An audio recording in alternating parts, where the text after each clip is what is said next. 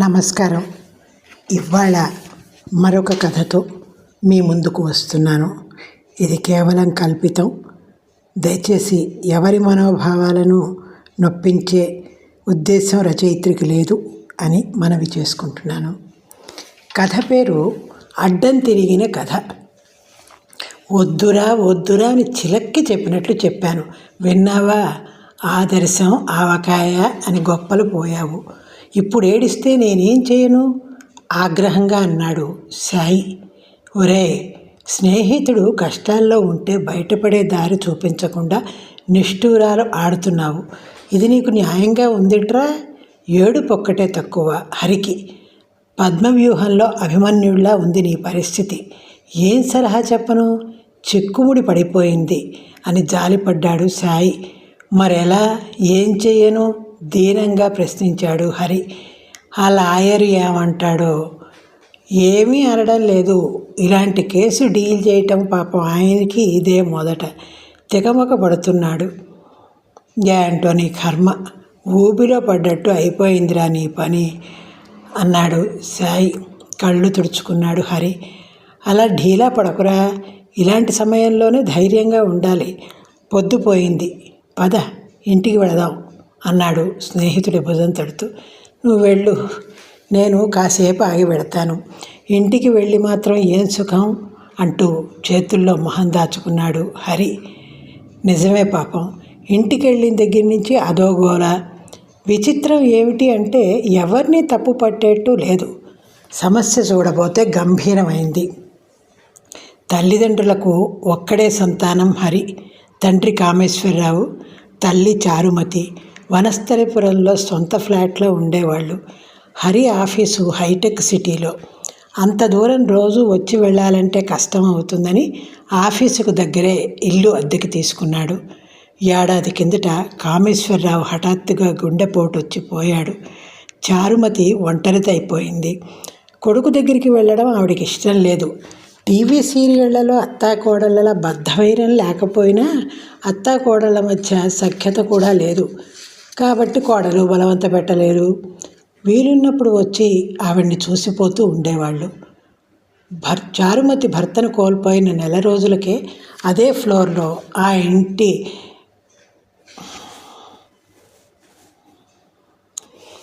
ఫ్లోర్లో ఆ మూల ఇంటి ఇల్లాలు పార్వతి క్యాన్సర్ వచ్చి చనిపోయింది. పార్వతి భర్త పి నారాయణరావు, పిఎన్ఆర్ అంటారు. ఆ దంపతుల ఏకైక కుమార్తె హరిప్రియ. పెళ్ళయి ఆస్ట్రేలియాలో ఉంటోంది. ఆ రెండు ఇళ్లల్లోనూ పని మనిషి ఒక్కతే, సుబ్బమ్మ. అది వరకు పెద్దగా పరిచయం లేకపోయినా ఆ తర్వాత చారుమతి పిఎన్ఆర్లకు పరిచయం ఏర్పడింది. కూర పచ్చడి అడపాదడపా ఆయనకి పంపించేది ఆవిడ. ఈ సేవకు వెళుతూ తన బిల్లులతో పాటు ఆవిడ బిల్లులు కట్టి వచ్చేవాడు ఆయన. ఒకరి పట్ల మరొకరికి కృతజ్ఞతాభావం ఏర్పడింది. ఆ విషయం వాళ్ళ మాటల ద్వారానే పిల్లలకి తెలిసింది. అమ్మ, డబ్బు కావాలా అని కొడుకు అడిగితే, వద్దురా, నిన్ననే పిఎన్ఆర్ గారు బ్యాంకుకు వెళితే తెప్పించుకున్నాను అనేది ఆవిడ. నాన్న ఎలా ఉన్నారు? ఏమైనా వండుకున్నారా అని కూతురు అడిగితే, లేదమ్మా, చారుమతి గారు పచ్చడి కూర పంపించారు. ఆవిడది భారీ చెయ్యి, 2 రోజులకు సరిపోతాయి. ఆవిడ ఉండబట్టి బతికిపోయాను. బయట కర్రీ పాయింట్ ఉన్న మసాలాలు గొడ్డు కారాలు తినలేము అనేవాడు ఆయన. వినగా హరిప్రియ మనసులో ఒక ఆలోచన కలిగింది. సమయం చూసుకుని ఆ మాట ఫోన్ ద్వారా హరికృష్ణ చెవిన వేసింది. అదిరిపడ్డాడు హరి. ఈ వయసులోనా అన్నాడు. ఏం తప్పే ఉంది? ఇద్దరు ఒంటరిగా ఉన్నారు. మీ ఆశ నా ఆశ ఎలాగా లేదు. ఇలా చేస్తే ఒకరికొకరు తోడుగా ఉంటారు.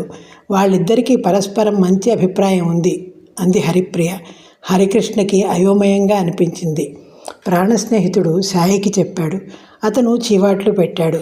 నీకేమైనా పిచ్చి పట్టిందిట్రా? ఈ వయసులో మీ అమ్మకి మళ్ళీ పెళ్లి చేయటం ఏమిట్రా నీ బొంద అన్నాడు. అది కాదురా, పాపం అమ్మ ఒంటరిగా ఉంది కదా. ఉంటే పెళ్లి చేస్తావా? మీ ఇంటికి తీసుకువెళ్ళు. మా అమ్మకి మా ఆవిడికి పడదు కదరా. ఇది ఇంటింటి రామాయణం. వాళ్ళకి నచ్చచెప్పు. మీ ఇంటికి తీసుకువెళ్తే మనవలతో ఆవిడ కాలక్షేపం. చిన్న వయసులో భర్త పోతే మళ్ళీ పెళ్లి చేస్తే బాగుంటుంది, కానీ వయసు మళ్ళాక మళ్ళీ పెళ్ళా? జంటల్లో ఒకరు రాలిపోయాక రెండో వారిని కన్నపిల్లలు ఆదరించాలి. అదే మన సంప్రదాయం. ఊరికే వెర్రిమొర్రి ఆలోచనలు చేయకు అని గట్టిగానే మందలించాడు సాయి.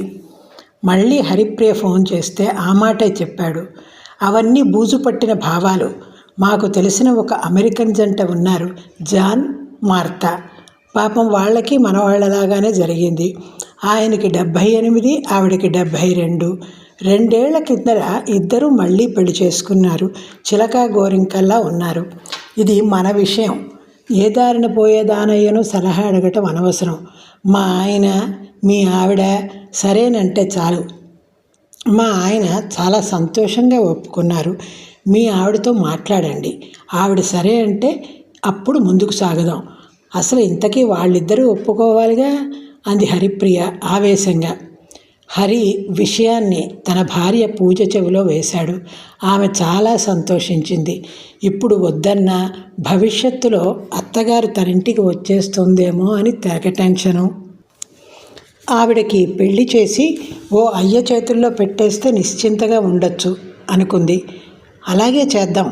మీరు చేస్తున్న ఈ మంచి పని మరో 10 మందికి ఆదర్శం కావాలి అంది సంబరపడిపోతూ. అక్కడ ఆస్ట్రేలియాలో హరిప్రియ భర్త కూడా అలాగే ఆలోచించాడు. తండ్రికి ఈవిడకు గారు ఒక్కరే. ఇప్పుడు నడిచిపోతోంది. భవిష్యత్తులో ఏం జరుగుతుందో.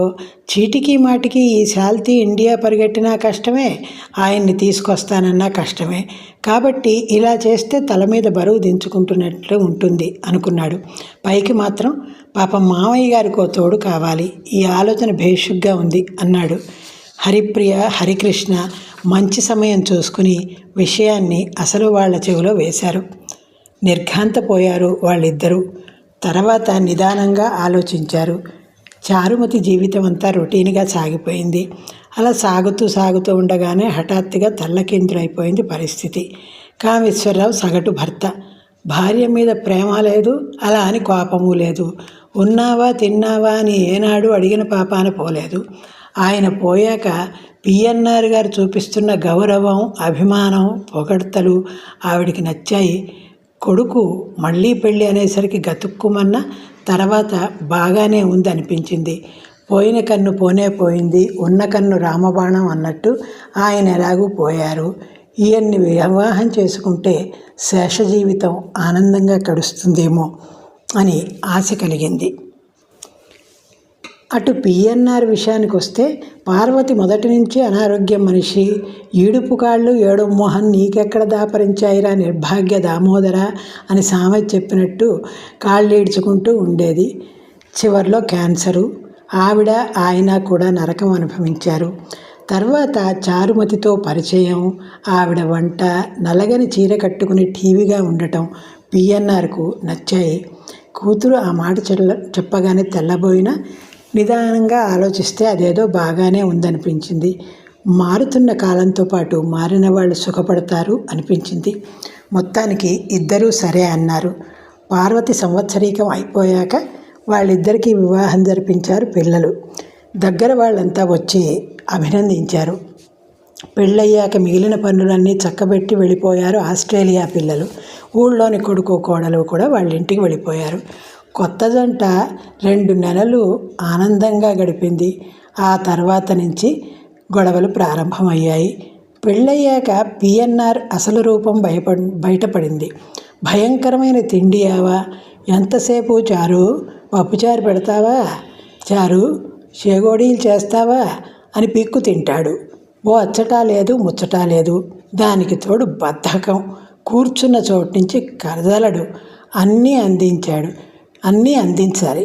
నేరకపై కట్టుకున్నాను ఈ పిఎన్ఆర్ని. ఏంతో పోలిస్తే చచ్చి ఏ లోకాన ఉన్నాడో ఆ మహారాజు 1000 రెట్లు నయం అనిపించసాగింది. 60 దాటాయేమో ఓపిక తగ్గిపోయి బాహాటంగానే విసుక్కోవటం మొదలుపెట్టింది. అటు పిఎన్ఆర్ కూడా ఆనందంగా ఏమీ లేడు. ఆయనకి విసిగేస్తోంది. అప్పట్లో కమ్మగా వండి పెడుతుంటే చక్కగా చురుగ్గా తిరుగుతుంటే చూసి ముచ్చటపడి 3 ఊళ్ళు వేసేశాడు. ఆ చురుకుతనమే ఆయన పాలిటి శాపంగా మారింది. ఎంతసేపు ఎక్కడికైనా వెళదాం సరదాగా అంటుంది. అప్పటికి పెళ్ళైన కొత్తల్లో సినిమాలకి షికార్లకి తీసుకెళ్ళాడు. ఆయనకి 64 ఏళ్ళు. బ్లడ్ ప్రెషరు, షుగరు ఉన్నాయి. ఒకరోజు తిరిగి వస్తే 2 రోజులు విశ్రాంతి తీసుకుంటేనే కానీ కోలుకోదు శరీరం. అలాంటి స్థితిలో ఎంత కొత్త పెళ్లి కొడుకైనా అంతకంటే హుషారుగా ఏముంటాడు? రాను వాళ్ళిద్దరి మధ్య గొడవలు ఎక్కువయ్యాయి. 6 నెలలు గడిచేసరికి ఇక మా వల్ల కాదు, విడాకులు తీసుకుంటాం అని ఖచ్చితంగా చెప్పేశారు ఇద్దరు. పిల్లలు, శ్రేయోభిలాషులు నచ్చ చెప్పారు. కానీ ప్రయోజనం లేకుండా పోయింది. పెళ్ళయింటే సునాయాసంగా చేసేశారు కానీ విడాకులంటే మాటల బోలెడు తతంగా ఉంటుంది. ఆ వయసులో వాళ్ళు లాయర్ల చుట్టూ తిరిగి విడాకులు తీసుకోవటం సాధ్యం కాదు. కాబట్టి పిల్లలే పూనుకోవాలి. హరిప్రియ దూరాన ఉంది కాబట్టి ఆ భారం అంతా హరి మీదే పడింది. లాయర్ దగ్గరికి వెళ్ళి వివరాలు చెప్తే ఆయన చాలా సంతోషించాడు. ఇటీవల విడాకులు ఎక్కువై లాయర్ల పంట పండుతోంది. పెద్ద వయసు వాళ్ళు కూడా అటు పెళ్ళి ఇటుగా విడాకులు అంటూ ఉంటే అధికస్య అధికం ఫలం అని సంబరపడ్డాడు. విడాకులు మంజూరయ్యే పద్ధతి, అయ్యే ఖర్చు, పట్టే సమయం వగైరా వివరంగా చెప్పాడు. హరి బుర్ర గిర్రును తిరిగింది. అవన్నీ మామూలు కేసుల్లో. పెద్దవాళ్ళు వీళ్ళకి ఇవన్నీ అవసరం అంటారా అని అడిగాడు. విడాకుల విషయంలో సీనియర్ సిటిజన్స్కి రాయితీలు ఇంకా ఇవ్వడం లేదండి. కావాలంటే నా ఫీజులో తగ్గిస్తానులేండి అన్నాడు. విడాకులు తీసుకోవాలనుకునే దంపతులు కొన్నాళ్ళు విడిగా ఉండాలి. పిఎన్ఆర్, చారుమతిల విషయం అంతా గందరగోళంగా తయారైపోయింది. వాళ్ళిద్దరికీ పెళ్లి చేసిన వారి పిల్లలు వాళ్ళు విడిపోతారని కలలోనైనా ఊహించలేదు. కాబట్టి కొన్ని పనులు చేసేశారు. పిఎన్ఆర్ ఉంటున్న ఇల్లు పార్వతికి పుట్టింటి వాళ్ళు ఇచ్చింది. అది ఎప్పటికైనా నాకు రావాల్సిందే కదా నాన్నగారు, ఎలాగూ చారమ్మగారి దగ్గరే ఉంటారు మీరు, ఇంకో ఇల్లు ఎందుకు అనేసి ఆ ఇల్లు అమ్మి డబ్బు పట్టుకుపోయింది హరిప్రియ. చారుమతికి భర్త పోయాక పింఛను వచ్చేది. ఆవిడ మళ్ళీ పెళ్లి చేసుకుంటే అది ఆగిపోయింది. హరి తల్లికి పెళ్లికి తలపెట్టగానే ఆ ముక్క ప్రభుత్వం వారికి తెలియజేశాడు. వాళ్ళు పింఛను ఆపేశారు. ఫలితం పిఎన్ఆర్కి ఇల్లు లేదు, చారుమతికి పింఛను లేదు. ఆ విషయం తెలుసుకుని ఇద్దరూ నెత్తి నోరు బాదుకున్నారు. పిఎన్ఆర్ నా కొంప ముంచేశాడు అని ఆవిడ ఏడిస్తే, ఈ చారుమతి కారణంగా నాకు నిలవ నీడ లేకుండా పోయిందో అని ఆయన గగ్గోలు పెట్టాడు. ఈ విషయం ప్రభుత్వం వారికి తెలియజేస్తే మళ్ళీ నా పింఛన్ నాకు ఇస్తారేమో అంది చారుమతి. కనుక్కున్నాడు హరి. అలా వీల్లేదు, నిబంధనలు ఒప్పుకోవు. విడాకులు మంజూరు చేసే సమయంలో ఆవిడకి మనోవర్తి చెల్లించాలని ఆయనకు ఆదేశాలు ఇస్తారు. ఆ డబ్బు వస్తుంది ఆవిడకి అన్నారు. ఇలా జరిగింది మరి. అప్పుడు నువ్వు పట్టుకెళ్ళిన డబ్బు నాకు ఇస్తే నేను ఇక్కడ ఓ చిన్న ఇల్లు కొనుక్కుంటాను అని కూతుర్ని అడిగాడు పిఎన్ఆర్. ఎలా నాన్నగారు, ఇదంతా మీ అల్లుడికి ఇచ్చేశాను. ఆయన చేతుల్లో పడితే ఇక అంతే సంగతులు. మీకు తెలుసుగా, నేను మానేసిన ఉద్యోగంలో మళ్ళీ చేరతాను. నిదానంగా ఏదో ఒక ఏర్పాటు చేస్తాను అంది హరిప్రియ. హరితో మాట్లాడింది. ఏమిటో కర్మ, ఇక్కడ జాన్, మార్తా లక్షణంగా ఉన్నారు. వీళ్ళకే పడకుండా అయిపోయింది. నేనేమో దూరాన ఉంటాను. అన్నీ నువ్వే చూసుకోవాలి హరిభయ్య. విడాకుల ఖర్చులో సగం నేను భరిస్తానులే అంది. ఇక హరికి తప్పలేదు. తనకొచ్చే పింఛన్తో విడిగా ఇల్లు తీసుకుని ఉండటం కష్టం పిఎన్ఆర్కి. అందుకే ఒక పీజీ అకామిడేషన్ చూసి సామాన్తో సహా ఆయన్ని అక్కడికి తలరించాడు. చారుమతిని తన దగ్గరికి రమ్మన్నాడు. ఇంత అయ్యాక ఇప్పుడెందుకు రావడం నీ దగ్గరికి? అన్నీ బాగుండగానే నా పొడగిట్టని నీ భార్య ఇప్పుడు నన్ను పెట్టుకుంటుందా? నేను రాను అనేసింది. తల్లిని అలా వదిలేయలేక ఎప్పటికప్పుడు ఆవిడకు సరిపడా డబ్బిస్తున్నాడు హరి. ఉరిమి మంగళం మీద పడ్డట్టు అందరి మధ్య అతను ఇరుక్కుపోయాడు. అతనిది సాఫ్ట్వేర్ ఉద్యోగం, చచ్చేంత పని. శని ఆదివారాల్లోనే కాస్త ఆట విడుపుగా భార్యా పిల్లలతో గడిపేవాడు. తల్లి విడాకుల పర్వం ప్రారంభమయ్యాక ఆ మాత్రం తీరిక కూడా లేకుండా పోయింది. లాయర్ చుట్టూ తిరగటం, ఆయన అడిగిన రుజువులు, కాగితాలు అందించటం, అటు తల్లిని ఇటు సవితి తండ్రిని పలకరిస్తూ వాళ్ళ బాగోగులు చూసుకోవడం, అదే పని. ఏమిటిది హరికృష్ణ, ఉన్నపాటున పనాపేసి పరిగెడుతున్నావు, ఇలా అయితే ఎలా అని బాసు మందలిస్తున్నాడు. పూజ సణిగి చంపేస్తోంది. నేను పడలేను బాబు, ఈసారి నీతో లాయర్ దగ్గరికి వస్తాను నేను కూడా, మనం కూడా ఓ అర్జీ పడేద్దాం విడాకులకి అని మండిపడుతోంది. ఎలాగైతేనే పిఎన్ఆర్ చారుమతులకు విడాకులు మంజూరయ్యాయి. ఆలోగా పిఎన్ఆర్ 3 చోట్లకు మారాడు. ఎక్కడా నచ్చట్లేదు ఆయనకి. వచ్చే పింఛన్లో చారుమతికి కొంత మనోవర్తి ఇవ్వాల్సి రావడంతో ఆయన ఆర్థిక స్థితి ఇంకాస్త దిగజారింది.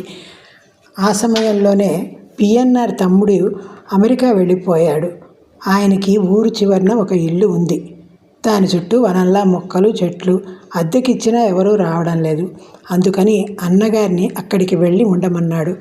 పిఎన్ఆర్కి కూడా ఆ ఆలోచన నచ్చింది. అక్కడికి వెళ్ళిపోయాడు. బాగానే ఉంది, చక్కగా ఆశ్రమంలో ఉన్నట్టుంది అని కాస్త తృప్తి పడ్డాడు. చారుమతి కూడా జరిగిన అనుభవంతో విసిగిపోయి టూరిస్టు బస్సుల్లో పర్యటనలకు వెళ్ళడం ప్రారంభించింది. విడాకుల సమయంలో హరిప్రియ వచ్చి వెళ్ళింది. హరిభయ్య, కాస్త వీలు చూసుకుని నాన్నగారికి ఫోన్ చేస్తూ ఉండు అని చెప్పింది. వ్యవహారం చక్కబడినందుకు తృప్తిగా ఊపిరి పీల్చుకున్నాడు హరి. హఠాత్తుగా ఒక రోజున హరిప్రియ ఫోన్ చేసింది. హరిభయ్య, ఇందాక నాన్నగారితో మాట్లాడాను. ఆవిడెవరో పొద్దున రాత్రి క్యారేజీ తెచ్చి పెడుతోందిట. ఆవిడ్ని తెగ పొగిడేశారు. పేరుకు తగినట్లే కనకం, 40 ఏళ్ళు, ఇంకా పెళ్లి కాలేదు. ఎవరైనా రెండో పెళ్లివాడు పింఛను వచ్చేవాడు దొరికితే పెళ్లి చేసుకుందాం అనుకుంటోంది అని హుషారుగా చెప్పారు. ఒకసారి పళ్ళు రాలగొట్టుకున్నాం. ఇక ఓపిక లేదు. నువ్వు వెంటనే వెళ్ళి ఆ కనకాన్ని తప్పించి ఆయనకి వేరే చోట భోజనం ఏర్పాటు చెయ్యి. లేకపోతే ఆయన్నే ఇల్లు మార్పించు. అశ్రద్ధ చేయకు హరిభయ్య అంది భయంగా. ఇదండి కథ. ఈ కథ మీకు నచ్చితే లైక్ చేయండి, నా ఛానల్ని సబ్స్క్రైబ్ చేయండి, షేర్ చేయండి. ఉంటాను. నమస్కారం. మీ పొత్తూరి విజయలక్ష్మి.